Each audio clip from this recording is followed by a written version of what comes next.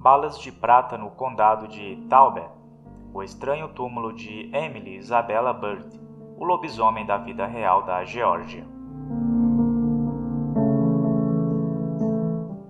Depois de anos de condicionamento da cultura pop a licantropos com abdominais ondulados e problemas típicos de adolescentes, é fácil esquecer que, em certa época, a ameaça de um lobisomem faminto espreitando o campo era considerada uma provação muito real e normalmente séria.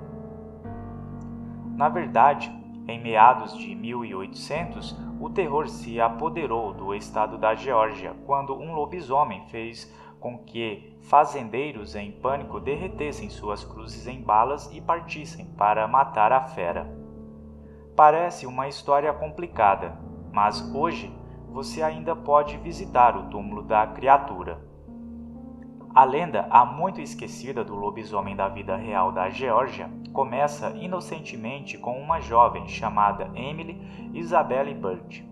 Emily era a filha mais tímida e reservada da rica família Bird, membros proeminentes da cidade agora conhecida como Woodland. Quando o pai de Emily morreu, ele deixou uma grande soma de dinheiro para trás e, em vez de passar seus dias cuidando dos filhos, a mãe de Emily, Mildred Owen Bird, os despachou para um internato na Europa, liberando-a para passar seus dias conversando com outras socialites.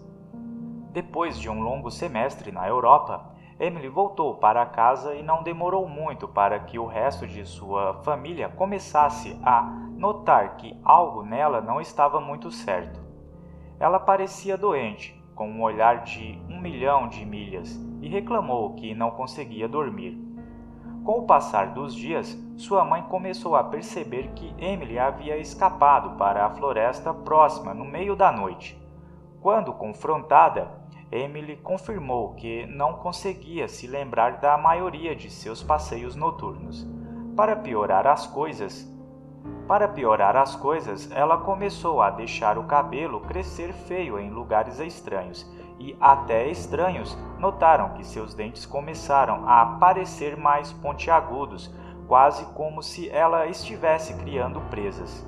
Mildred descreveu as mudanças estranhas como puberdade e jurou ficar de olho na filha. Coincidentemente, os fazendeiros locais estavam lidando com alguns problemas estranhos próprios. Em todo o condado de Talbot, os fazendeiros estavam acordando pela manhã apenas para encontrar seus campos cheios de carcaças mutiladas de seus rebanhos, aparentemente vítimas de um ataque de lobo. Juntos, os fazendeiros tramaram um plano para acabar com as matanças de uma vez por todas e começaram a caçar caçadores noturnos com a intenção de capturar ou matar o animal responsável. Depois de semanas de tentativas fracassadas de matar o lobo fantasma, os fazendeiros frustrados chegaram ao seu último recurso. Eles pediram ajuda ao esquisito da cidade.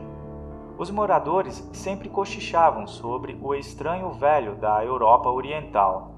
Alguns alegaram que ele se interessou por magia negra.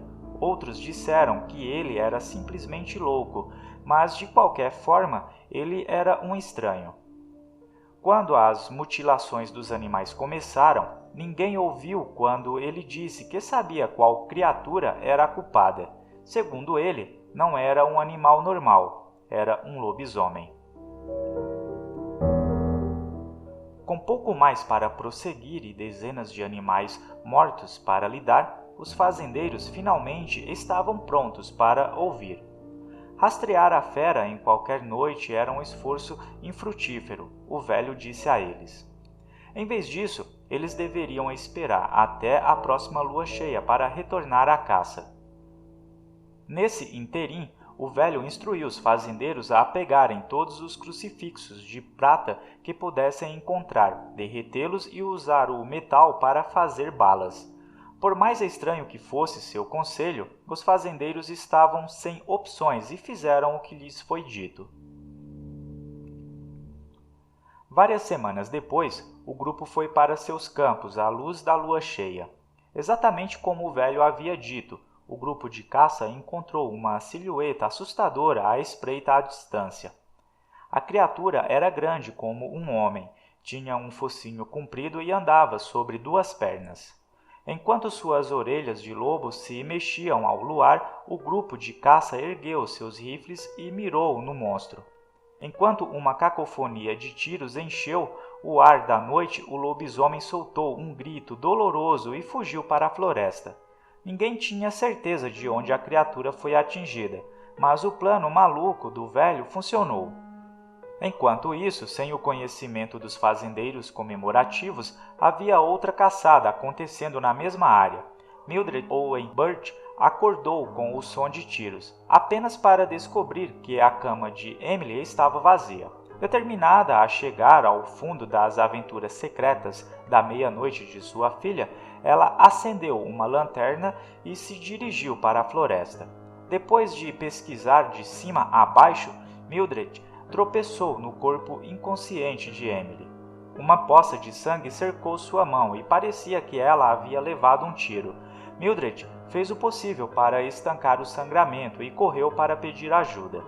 No dia seguinte, o médico local remendou as feridas de Emily, mas nem ele conseguiu explicar o que havia acontecido. Depois que os rumores do acidente de Emily e da caçada ao lobisomem bem-sucedida dos fazendeiros começaram a colidir nas tabernas locais, Mildred descobriu um médico em Paris que afirmava ser especialista em licantropia, com a suspeita de que Emily poderia ser a culpada pela onda de mutilações de animais. Mildred a mandou para Paris na esperança de que ela pudesse ser curada. De acordo com as lendas, os ataques cessaram completamente a partir de então. Vários anos depois, Emily Isabella Burt voltou para a Geórgia, curada de sua doença misteriosa, e viveu o resto de sua vida como uma bem-sucedida empresária e proprietária de terras. Em 1911, aos 70 anos, Isabella morreu e foi enterrada no cemitério de Owens, Holmes, no condado de Tauber. Sua lápide diz: "Tua forma só é tudo, graças a Deus, que ao túmulo é dado, pois a melhor parte é conhecer tua alma. Está segura, sim, segura, está o céu." Embora a lenda da garota lobisomem da Geórgia seja veementemente contestada por moradores que afirmam que seus bisavós encontraram a fera e céticos que citam a falta de evidências concretas na história, uma coisa é certa: até hoje existem inúmeros relatos de que o fantasma espírito de Emily Isabella Burt ainda vagueia pelo campo à luz da lua cheia, na forma de um lobisomem, é claro. Se você gostaria de prestar seus respeitos ao licantropo do sul que o tempo esqueceu, você ainda pode visitar o túmulo do lobisomem da Geórgia em Woodland. Mas se eu fosse você, poderia fazer algumas balas de prata primeiro, só para garantir.